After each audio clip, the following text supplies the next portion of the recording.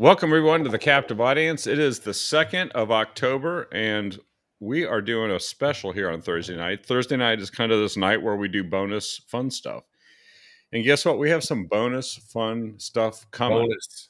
Bonus. Bonus. Because it is always a bonus when we have Representative Ed Deal, who is one of the most thoughtful and frankly, great at explaining everything state representative that we have. Thank you for joining us here tonight, Ed.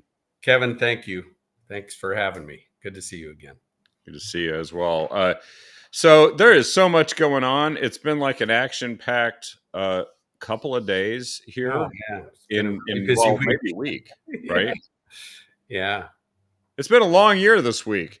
But I think that the news, let's just go through it, but let's start out with a couple of pieces of news. It's just maybe perspective, and then we'll underscore it with some of the actual news.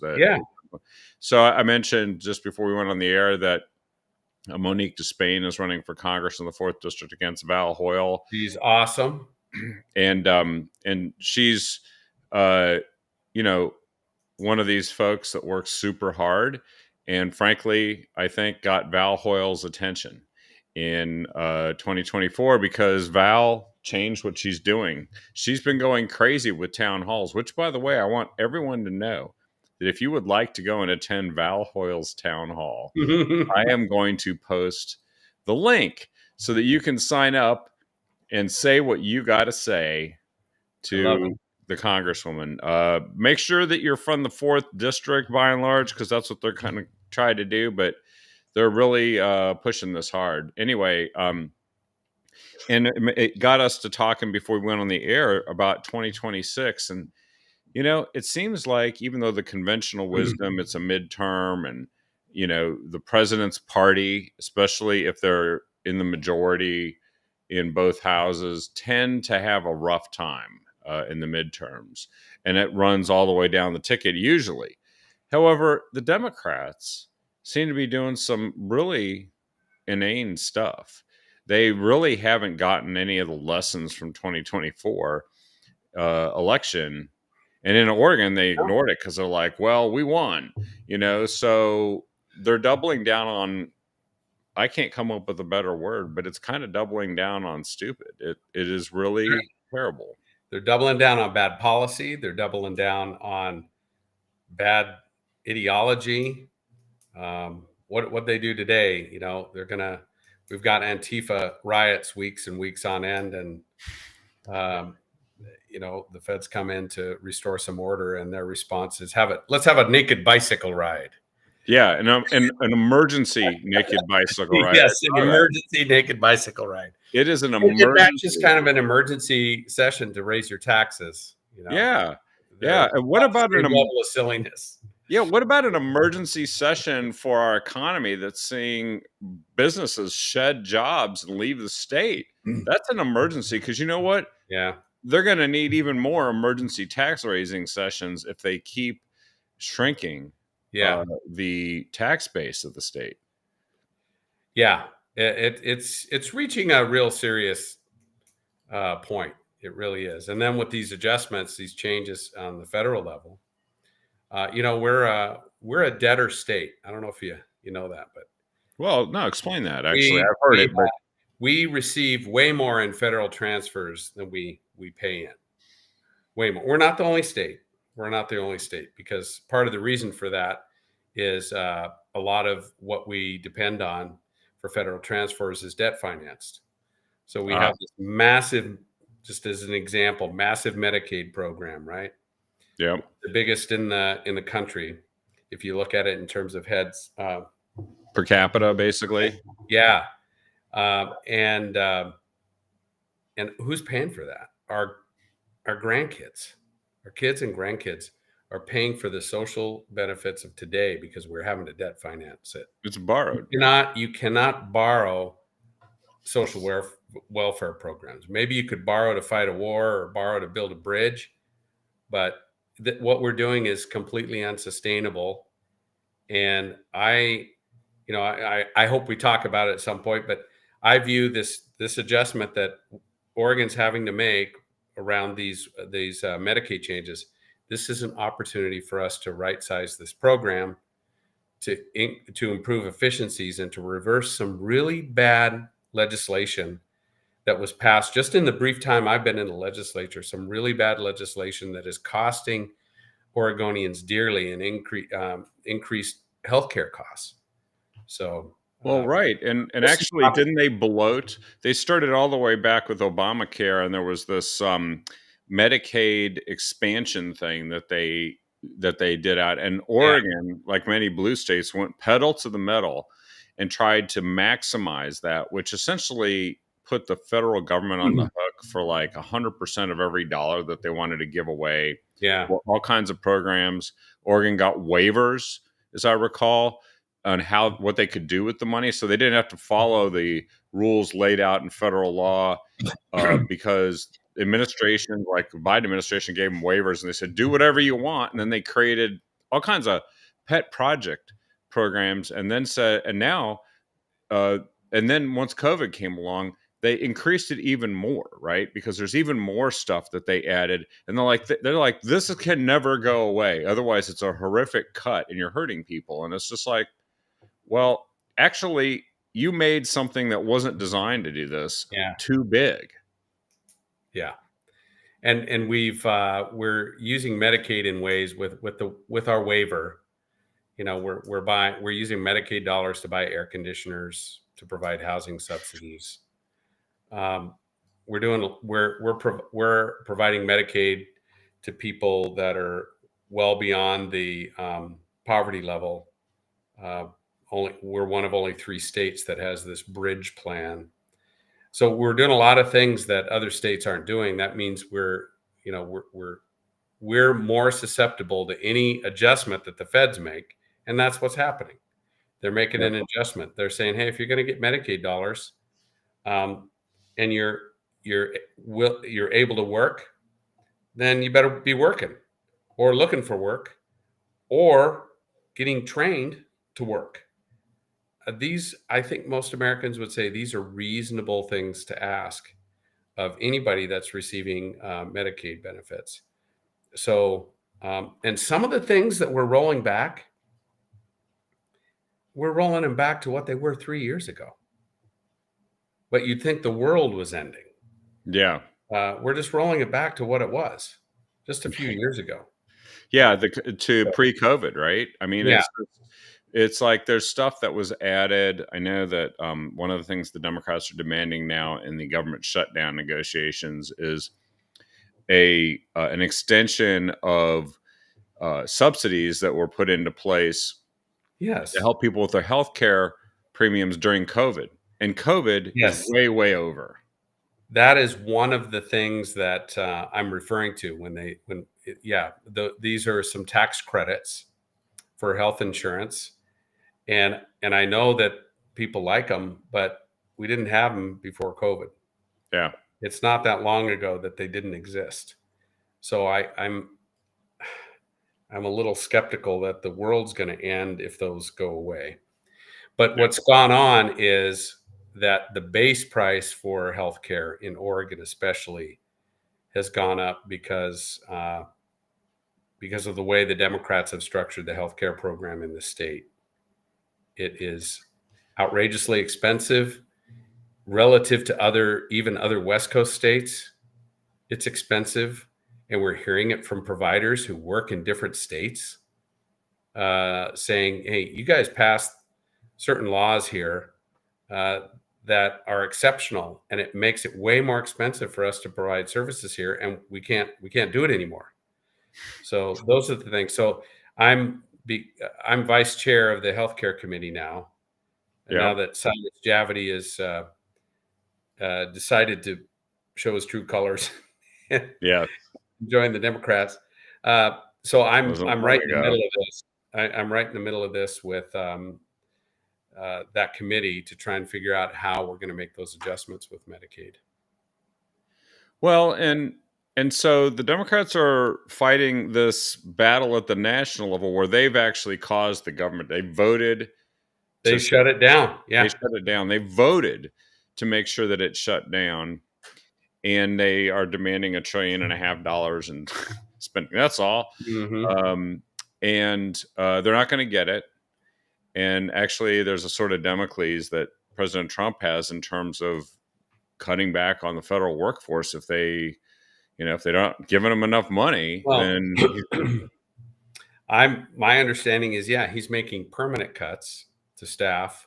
Yep. I heard he cut some climate programs today. Oh no! Several. How are we going to change the world's temperature, Ed? Climate program. So I think, I think the Democrats made a big mistake. Now, granted, I'm paying more attention to what's going on in Oregon. I have a little bit of, and I really hope Monique gets in there. She's somebody that just really has the right set of values and is common sense, and is just a genuine, great person. And she'd do a great job representing that district in Washington. And she'd speak the truth too, which is sometimes that can be hard to find here in Oregon. Like, that guy earning six figures at a nonprofit that just seems to help more homelessness grow in Eugene. Right. Not getting him money anymore. Geez, she's going to go right at it. And that's what we need. That's absolutely what we need. Well, so something we don't need is the transportation gas tax increase that they passed, along with other things. And so, kind of, what's the post game on this unusually long special? I don't know. Was it a record? Special? I think that was a record. And there is no special session. There are emergency sessions. So the governor called an emergency session because she had to raise your taxes. Just remember that. It's an emergency. And Bobby's asking, how it works now that this bill passed. So the way this thing works is, you guys know, it passed on purely partisan lines out of the Senate. There's a gas tax. There's registration fee increases. There's title fee increases. There's a doubling of the payroll transit tax, all part of this $4.3 billion package. Mm-hmm. And the majority of Oregonians do not want it. I mean, the testimony was overwhelming. You rarely see like 94, 95%. Yeah. That's right. I mean, and that takes something. Our folks don't do testimony, and they really did testimony on this. Yep. And then you have polls that show it's not popular. And this crosses partisan lines. This is not a partisan issue. No. So when you have something that egregious, the only avenue left to us as legislators is we're going to bring this to the people. And so Senator Starr and I, and then Jason Williams with Taxpayers Association, we are doing a referral to the voters to basically, it's a referendum. The voters will be able to vote up and down on these taxes, if they want these taxes or not. Which taxes specifically will be included in it? I know there's the 6-cent gas tax, right? There's the 6 cents gas tax, the registration fees on passenger vehicles, utility trailers, motorbikes, low-speed vehicles, and then the title fees, and then the doubling of the payroll tax. So we're payroll transit tax. So we're specifically targeting those elements of the bill. And it's going to be very simple to understand. It's one page. And we feel really confident that we can do this. And, if we had a third of those people who testified be willing to gather signatures, we'd have this thing done in a couple of weeks. How much time is there? Well, here's the challenge. When you do a referendum like this on a bill, you have 90 days from sine die. But you can't start gathering signatures until it's law. That means the governor has to sign it. So the governor can potentially drag her feet for 30 business days. Jeez. Business days. So if she plays that out, now I don't know why you You have drag 90 calendar days, yes, and she has 30 business 30 days. So that's business days. what about It's 40, yeah. So we 45? end up with 50, I think it's 54 days to gather signatures. I'm not kidding. It's a daunting task, but I am challenging your listeners and Oregonians. Let's do this. We were the first state in the nation to do a referendum. We passed the initiative and referendum constitutional change in 1902. Yeah. We are pioneers with this. We set the trend for the country on how to do this. And since that time, they've made it harder and harder to do initiative petitions and referendums. But I want to use this as an example to the Democrat legislature uh, and the 40 years of one party rule that you cannot defy the will of the people. We are ready. We will stand up. We're going to show you that we can do this referendum. You're not going to shove these taxes down our throat. Um, and I've been researching the history of all this. The referendum process was created back in 1902 by Republicans. Okay. Yeah. And there was a distrust. Why did we do it? There was a distrust of politicians and there was a distrust of the political machine. Yeah. And they said, we need voters to have a direct say. And so the initiative process, the referendums, women's vote, giving the vote to women, direct vote on senators. Oregon was a pioneer in all of these things. We set a trend on how to get democracy out more to the people and direct vote. So I'm proud of that heritage, and I want to show that we still got it. That's the Oregon way. That when Yeah. people talk about the Oregon way, sometimes I hear today, oh, it's about collaboration and cooperation and kumbaya. No, the Oregon way was that. We don't trust government. We don't trust political machines. We're going to give the power to the people. That is the Oregon way. We lost our way. Let's take it back. Well, and it's interesting too. It isn't even just like a pure direct democracy. That it's when the people that are elected and are running things abuse that trust that they have been given, Well, that there's a check and balance on that. And that is the yeah, Oregon way, right? It's like, that we're going is to go ahead exactly and, it. well, I'm thinking of Measure 11, when they Yeah, had judges just giving people, letting them out of jail, or giving them right. no sentences. When they used to just raise property taxes like crazy, and Yeah, finally there's a cap on that. I can think of all the examples. there's many examples, and I wish that, and you'd think, I'm new to this legislative game here. You'd think that the legislators in there would be listening to their voters, their constituents, and reflecting that in their vote. And the fact is, they don't. No. They don't. It's not just this. It's not just this. It's on social issues too. One glaring one is boys and girls sports. Overwhelmingly, Oregonians know boys should not be competing in girls sports. We Yeah. couldn't even get a vote on that. We talked about that before. Yeah. And it's also on taxes. This happens over and over again in that legislature. And it reaches a point, and my colleagues and I feel, strongly, this is it. We got to take a stand here. We want to help the grassroots machine fight this thing and kill these taxes, with the goal of getting the governor and the Democrats back to the table to fix this problem in a way that does not burden Oregonian taxpayers anymore. And we know we can do it. That's the thing.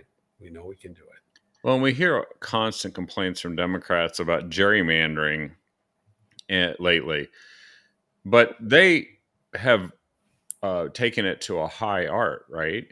They have made it so that some states that have 45% voted for President Trump in the last election, but their congressional delegation has like in the teens or less. And Oregon is one of those states. And I'm thinking what can get out of sync too is gerrymandering of state legislative districts is equally done Oh, and maybe worse in some ways. And what happens is you end up with these elites, right? Who don't care what the people think because they figure, well, I'll just get reelected so I can do whatever I want. But then there's yeah. the people. And this is a way of sort of pulling back and saying, wait a second, you've gone too far. The people are not being listened to. Yeah. And being an elite that's gerrymandered yourself into a job means that you don't have to care. Well, guess what? You're going to have to care. Yeah. Yeah. So Senator Starr and I and Jason Williams, we view this, it's kind of the last thing we can do to get him back to the table. This is it. And the other thing this does is it's going to be on the November 2026 ballot. If this doesn't get people out to vote. So what you're going to have on the ballot is you're going to have this referendum, and you're also going to have Democrat legislators who voted for these taxes on the same thing. Yeah. Same ballot. Yeah. So it's worth doing for that. Okay. Yes. Do you think, and now they can play dirty tricks, right? If you get it on the ballot, they can try to move it to another election sometime next year, or they might try. If they want to get slimy, they can do it. I don't think they can push it out. I may be wrong. No, they can't push it out, but I think they could put it in the primary. They could put it in the primary instead of the general. But what kind of a slimy thing would that be? They're already ramrodding this thing in, despite wild opposition. It'd be like, now I'm going to slap you in the face, and move this vote to another, hoping that you won't pay attention. I'll bet Senator Mark Meek is not hoping you get enough signatures for this. I like Senator Meek, but he took a wrong vote here. He took the wrong vote, and I wish he would have held the line like he did during the session. Yeah. So this is good, folks, that you get to hear that it isn't just the issue that we're talking about; it's the system and how you use it, and then the effects it has on the entire political process. This all matters. It all is kind of a holistic thing. It's like none of these things happen in a vacuum. You don't add 6 cents to the gas tax the way they did it, and then not have repercussions for state legislative races and for the general election ballot next year. And that's why we've got to actually really buckle down and work hard, because once the governor gets done playing games with us, right, in terms of signing the bill, and I think actually there should be a drumbeat every day, like, Governor, you're playing games here.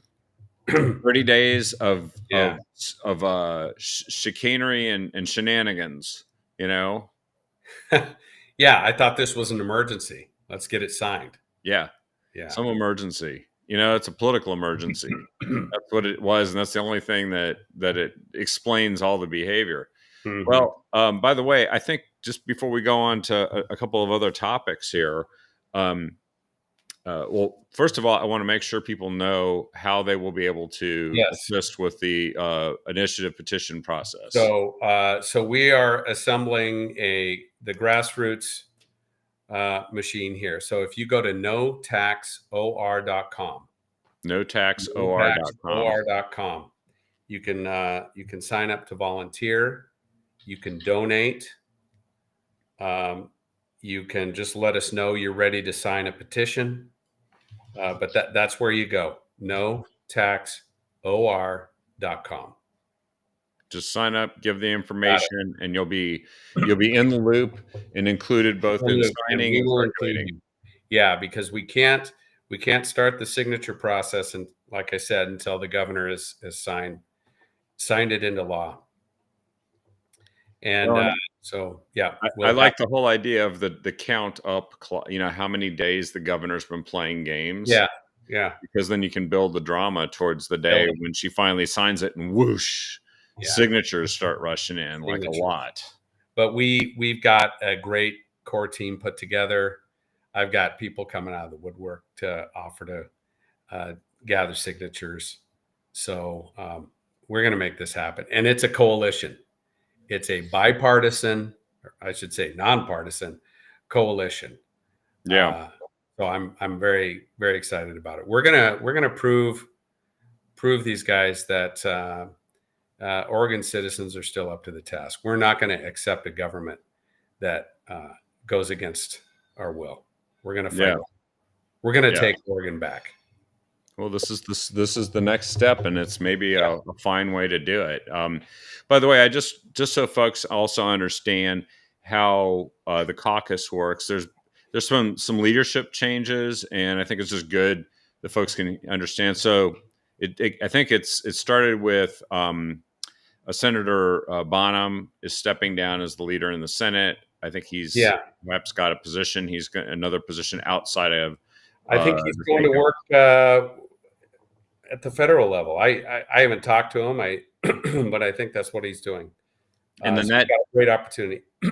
And that kind of cascades through because then Christine Drazan has said that she wants to fill the rest of his term. And there's a process that they go through for that. But as a result of that, now that the special or the emergency session is over, the caucus is electing a new leader to replace her because she's putting her hat in the ring in the Senate. So now there's a new House leader. Why don't you go ahead and explain how that process works and who they are now? Yeah. So Christine Drazan, Rep. Drazan, had told us back in May or June that she was going to be transitioning, and I think she's going to run for governor. That's what I think is going on. Okay. But we knew that, and so we started talking, and I put my support behind Lucetta Elmer for leader, and she was just elected as leader. She's a great lady. And then an Oregon Freedom Coalition colleague, Alex Skarlatos, is the deputy leader. And I think they're going to make a great team. So part of the job during this part of the cycle is not only dealing with legislation during the short session, but helping with campaigns. And so I think I know Alex is going to take a real key role in that campaign support. Obviously, I'll be taking a role in that as well. And but yeah, I think they're going to be a real good team. And then Virgil Osborne, also an Oregon Freedom Coalition guy, he's whip. He's going to continue on as whip. Okay. So and they also have that board, which is actually technically the emergency board, which, has certain discretion too. And I think that's another thing that they deal with, as I recall. Yeah. There's so some shifting of players and positions. The other big news that's been both Oregon and national has been what's been happening with Portland, ICE, the National Guard, and really the governor and the mayor of Portland saying it's mostly peaceful, nothing to see here. Yeah. And then of course the hyperbolic, it's an invasion by federal troops ordered by President Trump, which is a takeover of the city. Yeah.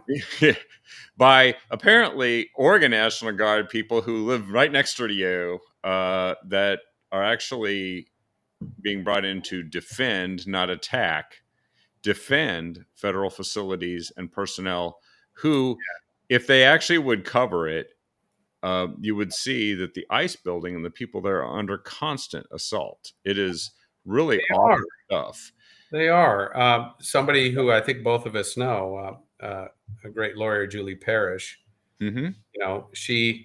She was defending a lady that lived nearby that for weeks on end has had noise, all this stuff, and also there's a lot of crime and other stuff going on around that area. But she sued the city for not enforcing the noise ordinance, And in all the wisdom, the judge in that case, which I think was the former Attorney General Rosenblum, said, "Well, you're right that is against that does violate Portland regulations, but um, Portland is not required to enforce their own laws."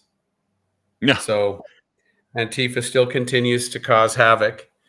And I don't know how you can sit there and claim in one side of your mouth, you say, this is only on one city block. What's the big deal? And on the other side, when Trump comes in to control that city block, you say he's taken over the entire city. How's that possible? Yeah, The both can't exist. they both can't exist.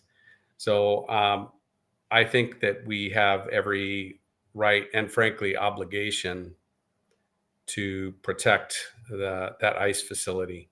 And if the city's not up to the task, I think it is time for the feds to come in. And I do agree that Antifa is a terrorist organization. Oh yeah, they behave homegrown terrorist organization. Yeah, they're trying to. They're vowing to overthrow the United States, and they're starting. They do. It's ICE. Yeah, it's on their website. Yeah, and the other thing, the Democrat Socialists of America, okay, the DSA. So I serve with some in the legislature. There's some on the Portland City Council. I think the Portland City Council has more socialists on it than any city council in the country. Yep. Their stated goal is also to eliminate the capitalist economy in this country. Yeah. Now they will say they want to do it through peaceful means, but they sure don't have any problem coordinating on the side with thugs like Antifa. And they are coordinating with them. They are coordinating. They are doing it. We all know it, but it's this unspoken thing. So we have a real problem, and that I think that's part of our job as patriots and conservatives to fight back on this nonsense and make sure our country's in control and take back our state. Yeah, I don't think the militant wing of the Democrat Party should be running rampant out there, modifying our political discourse and interfering with the lawful enforcement of federal law by sworn officers who, by the way, are Oregonians. They are here. They live amongst us. And right. And I listened to I listened to Val Hoyle go on a tirade about ICE, calling them horrible and all these things. And I'm like, well, you're a lawmaker and they're enforcing the law. If you don't like the laws, why don't you go make other laws? Exactly. Change the law. Yeah. They're enforcing the law. Good grief. Yeah. Well, and what you said about them, city council, Murillo is her name.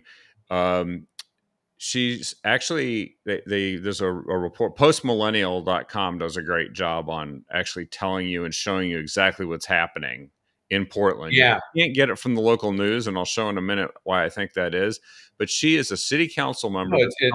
We have some reporters on the street, like Chelly. I think I don't know if she still works for Post Millennial, and then there's Katie Davis Court. I think she works for Post Millennial. Yeah. She got beat up. She's the one I'm going to show here in a minute. Yeah. So the reporters there caught a city council member telling Antifa agitators to use burner phones and hide their identities to escape prosecution for breaking the law and assaulting both physically and, of course, other actions they've been taking, intimidation tactics, all kinds of stuff to interfere, but actually attacking the ICE building and the ICE officers. They attack them. They try to blind ICE agents with green lasers. They throw knives at them.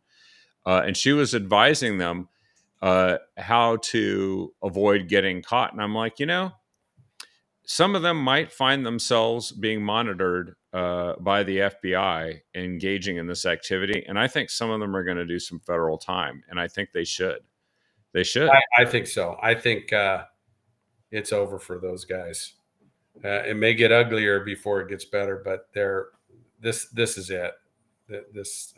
I hope we have a zero tolerance policy for this nonsense. And by the way, here were some of their very peaceful, non-threatening graffiti statements: "Kill cops, kill feds. Mm-hmm. It's okay to kill cops." This is all over the place in the vicinity of the ICE thing. And actually, some of these guys have said it to an officer, and when they say it, actually, it is to threaten a federal officer physically. I think that isn't that a federal offense? It's It's a jail time. federal offense. They get arrested. So some of these people Good. are. That's why they were advising them to hide their identities.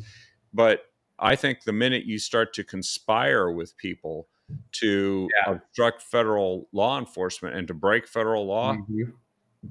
you might want to get a lawyer before you start issuing more statements like that. Absolutely. And the other thing is, so Katie Davis Court, she was on Fox News last night. She had 2 black guys. She got assaulted. The police, amazingly, said that they would do nothing about it. They said they were asking for help to find her assailant when actually she identified who the person was, and they're like not sending anybody to do anything. So this is not just like sanctuary state not helping ICE to go capture illegal immigrants. This is the police not protecting people at the ICE building. I think they are in fear of that terrorist organization, Antifa.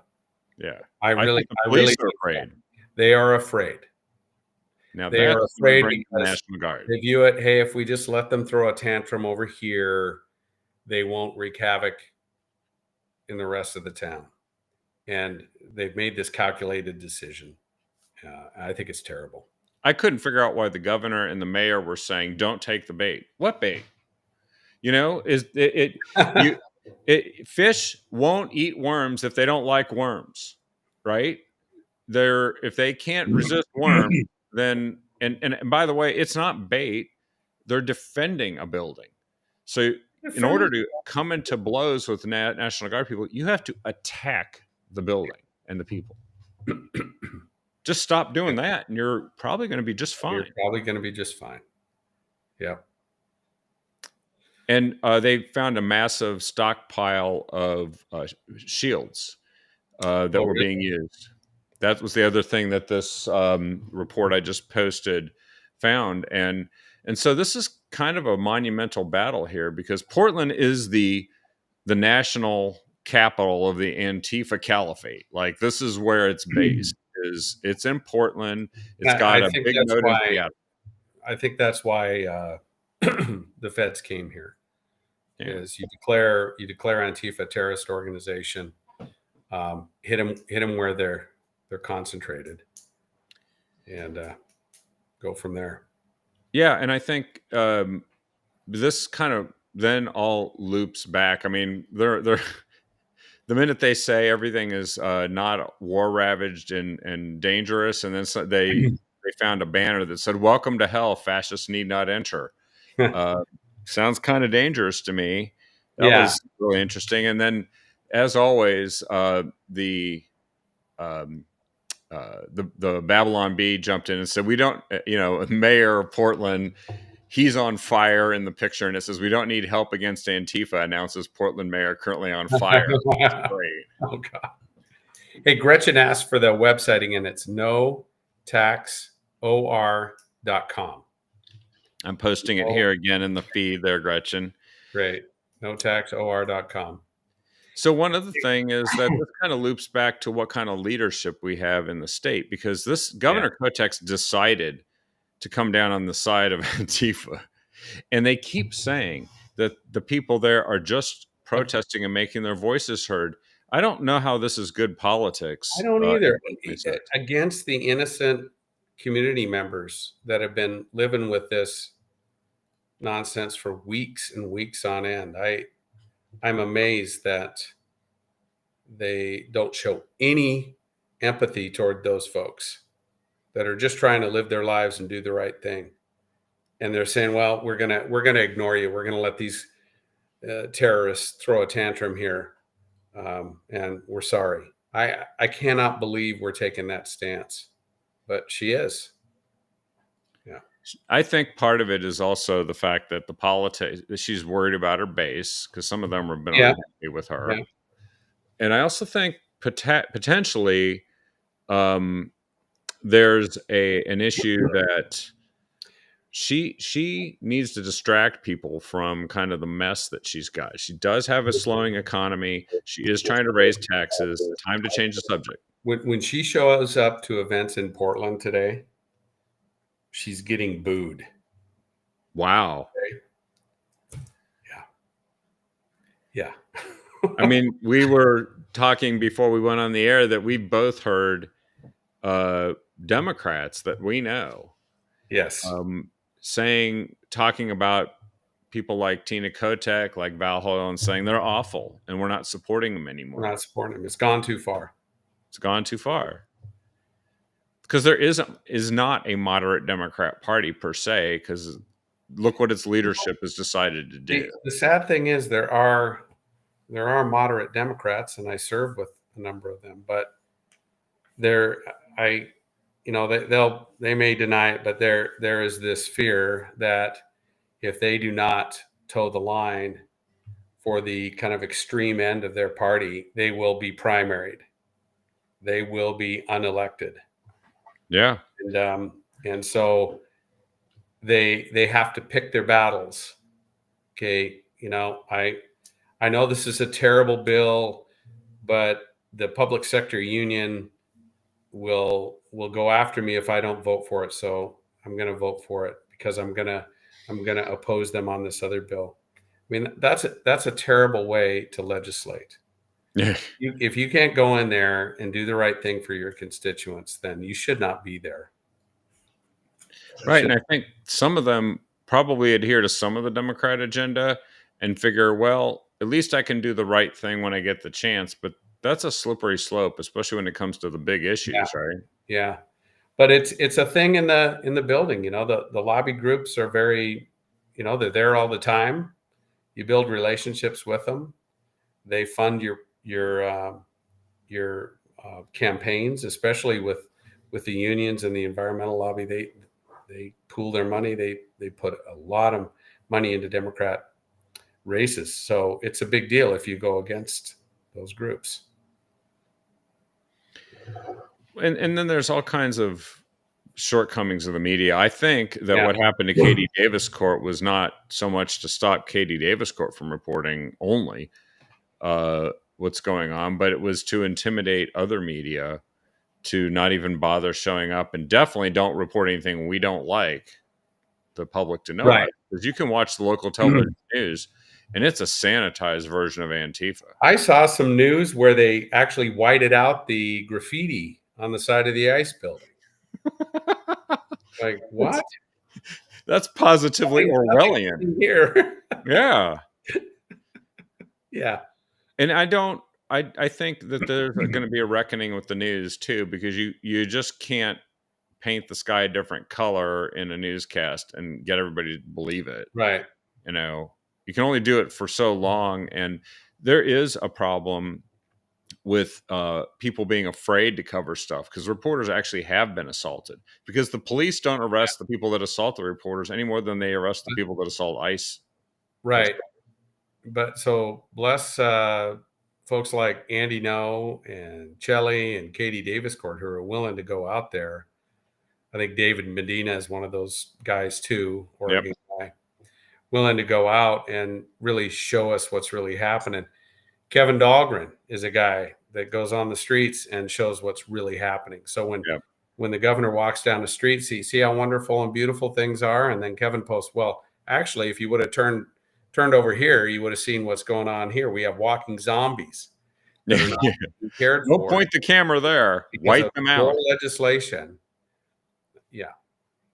Well, the thing is, we're so far from getting the truth to people effectively, because not only do they not report how bad things are and how those things are occurring, but they aren't reporting the failure of the programs that are being assigned dollars to fix them. Yeah. And that's the thing Kevin Dahlgren reveals, is this just doesn't work. you don't build houses and hand them to fentanyl addicts and boom, problem solved. They're still fentanyl addicts. And that's what they're going to keep doing. Yeah. And until you condition it up on recovery, and that was the whole debate about Measure 110, and so I just think, like, I just saw this Multnomah increases library security. Well, why? It's a library, Is somebody reading books to kids? Somebody coming in and one of the kids armed, firing a weapon? I mean, what is it? And the answer is it's because that's where the fentanyl addicts hang out. You've got fentanyl addicts and mentally ill folks, or a combination thereof, wandering in, and so you end up with a society where wealthy people can live in an armed or a secure community, and they can have their own security guards. But then you have folks who are living next to the ICE facility, and it's like nobody gives a damn about them. Nobody cares about them, and it's outrageous. Yeah. So I'm just thinking about while we focus and the news gets focused on just this handful of issues that are in the news this week, what else should we be paying attention to that's out there? Like, I think about we've got real issues to solve. Like, we're not going to have enough energy to supply data centers and all of us and a resilient system. And we've talked about this before. What else like that is going on? Well, definitely the energy issue is a constant one.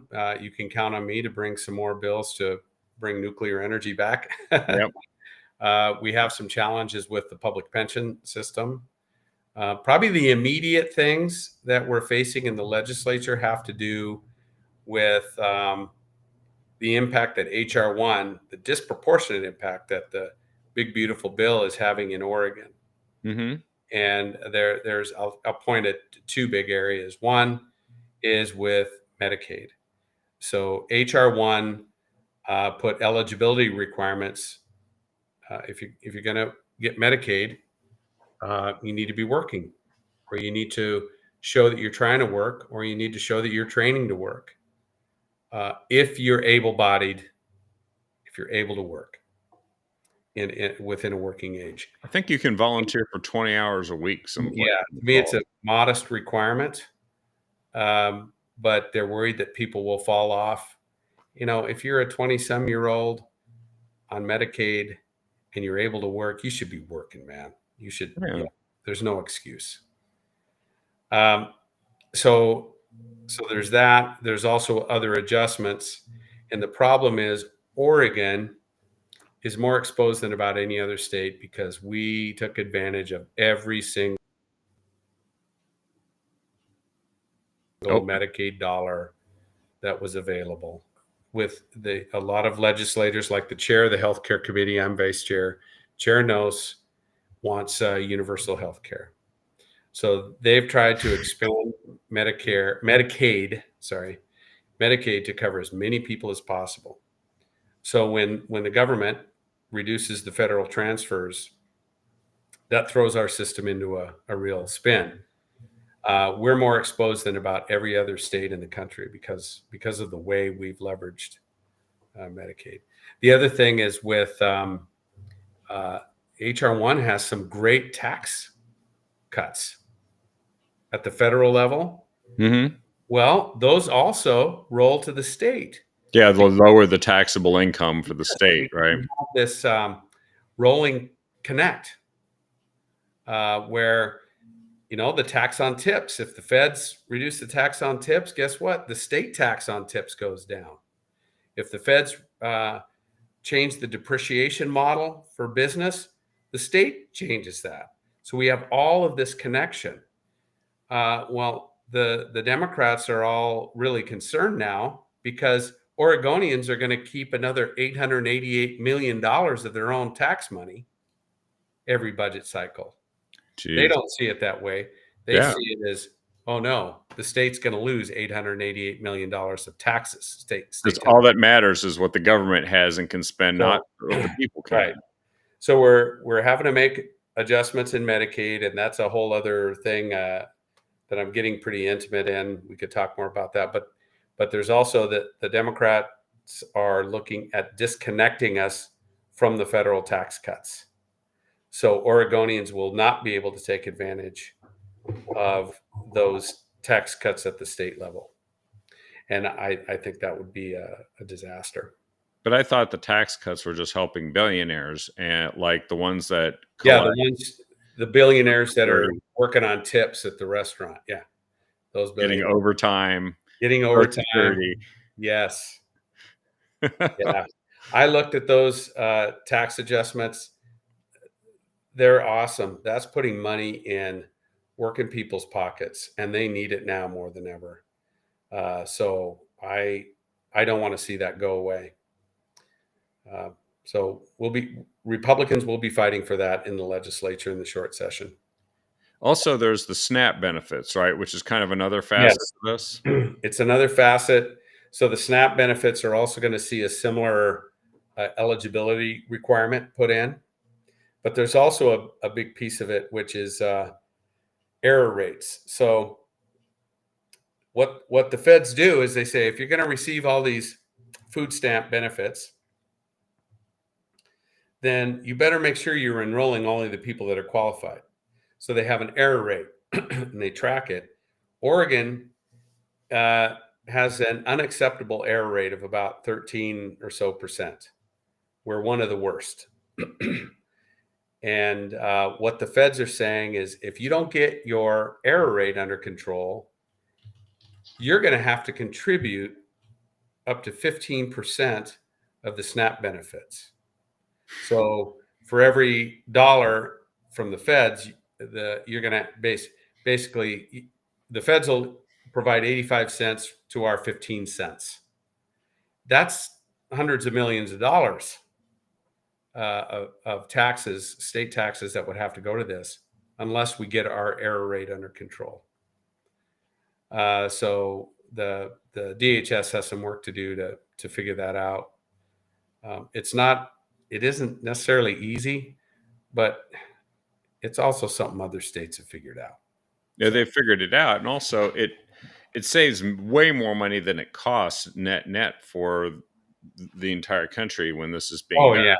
I saw here that they've got an acronym for it, ABAWD, able-bodied adults without dependents. Yes. And it's also going to exclude people who are non-citizens, who are not eligible for receiving federal benefits. And the Democrats always leave that out of every description when they say who's losing their benefits. This is another thing that has to change in Oregon. We have a Medicaid program, an equivalent Medicaid program set up for non-citizens.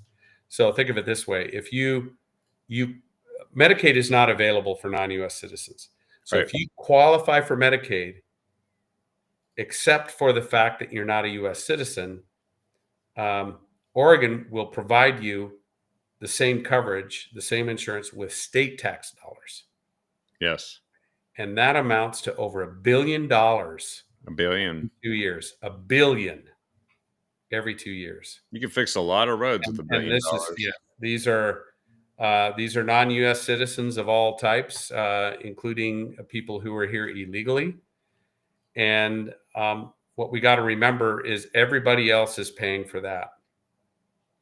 And while your health insurance premiums are jacked up, or we have to limit coverage for other citizens, we're providing free health coverage for people who came in the country illegally. And I think most people don't think that's fair. So I'm pretty sure that will change in this short session.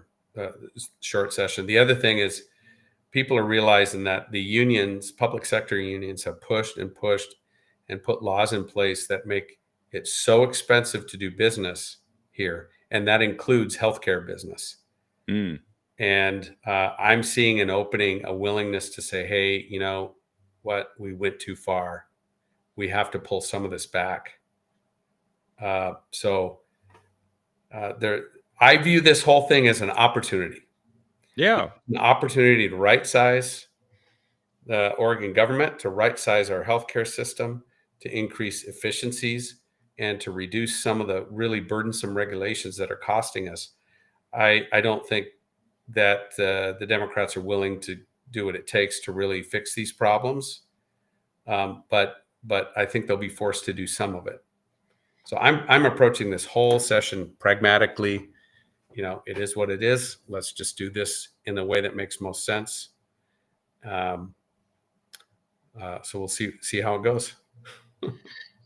Well, I think that's the thing, is like the cup is half full, and we should look at it that way, because the Democrats have handed us a golden opportunity to do something, because they won't. And they're going to cry about Trump. He's cutting this and that and the other thing. You know what? You guys created this. You created a system that makes us a debtor state, that requires our children and grandchildren to pay for these public services. For current, they're going to have to pay for it in the future. It's unsustainable. Oregon Democrats, you created this. Don't blame it on Trump. Yeah, don't blame it on Trump. No. So here's an opportunity to hopefully right size it and get it back to something that makes sense. And so part of my job is to make sure that we get to a common sense, practical solution here, but don't let them off the hook. Don't let them off the hook. Other states. I was talking to a provider that works in Oregon and Idaho and some other states. They said, while everybody in Oregon's freaking out about the big beautiful bill, Idaho's like, yeah, okay, we can fix that. It's not too bad. It's a totally different attitude, because they have not leveraged these free Medicaid dollars as much as Oregon has. Yep. And it's going to make a rethink of many policies, including being a sanctuary state, especially for criminals and people that have been ordered deported. Right. It's like maybe they won't stay in Oregon now. We're finally realizing what the economic and social cost of these policies are. We don't have the money to do what they want to do. There's never enough money to do what they want to do. And so that's the point we're at. And fortunately, there are Democrats that I work with in there that are realizing that. Well, it's good it's good that you're down there talking to them, so they can hear common sense and a firm set of principles. Yeah. So hopefully they'll overcome the pressures from certain very powerful lobby groups, like the one I filed an ethics complaint against, SEIU, and do the right thing to make sure that we can keep our state functioning. Well, keep fighting the good fight, Representative Deal. And once again, it is NoTaxOregon.com. Yep. Yeah. If you say NoTaxOregon.com, you'll still get to it. You'll still get to it. Yeah.